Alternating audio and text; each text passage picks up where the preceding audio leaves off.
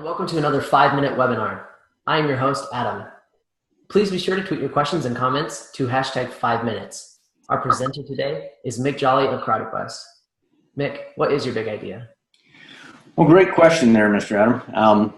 Big idea is it really has to do with Kenpo Karate and its value. It's an ancient art, yes, but it's also a very modern art.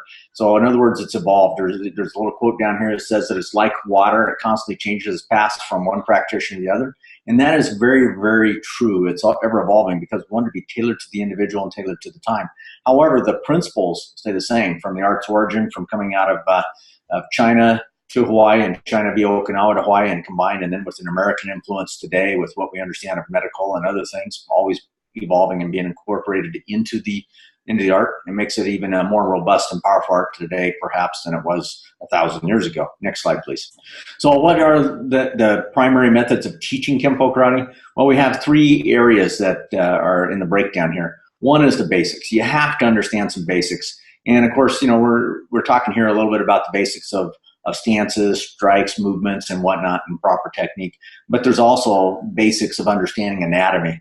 As far as different targets and different weapon choices, parts of your body that are effective to use as tools and parts of the body that are very vulnerable that we would want to take advantage of. And then understanding the control in between, because we really don't want to hurt anybody. We want to use the least amount of force necessary to keep ourselves and others safe.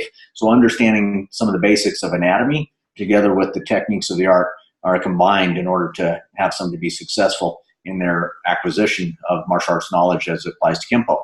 Then there's what we call the katas.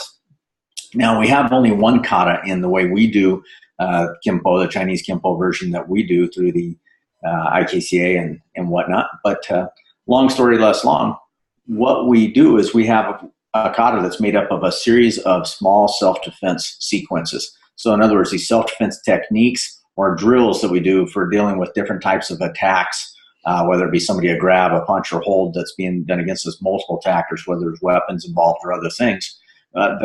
Basically, we have little self-defense drills to solve each of those kinds of problems where we're applying the concepts that we learn in the basics and combining those concepts and blending them.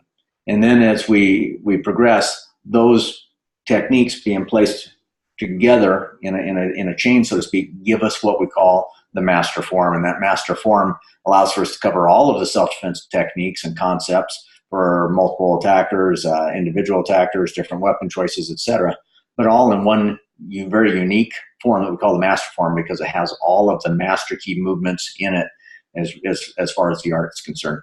And then, of course, we still need the sparring. We do sparring, and we also do some other drills as well, what we call the semicircle drill. Some people call it the circle of shame and other things. Really, it doesn't shame anybody, but it's not. We have some opportunities to pressure test and give some reality-based checks. The sparring itself, in the traditional sense, helps us to get the sense of a real basic sense of timing and distance, and that's very important. And then some of the other spontaneity drills that we do that involve sparring-like movements, but they require us to adapt real quickly to multiple attackers, different types of attacks. And we might have 4 or 5, 6 people spanned out around that are throwing attacks, and we don't get to choose the when or the what. And so we have to respond accordingly.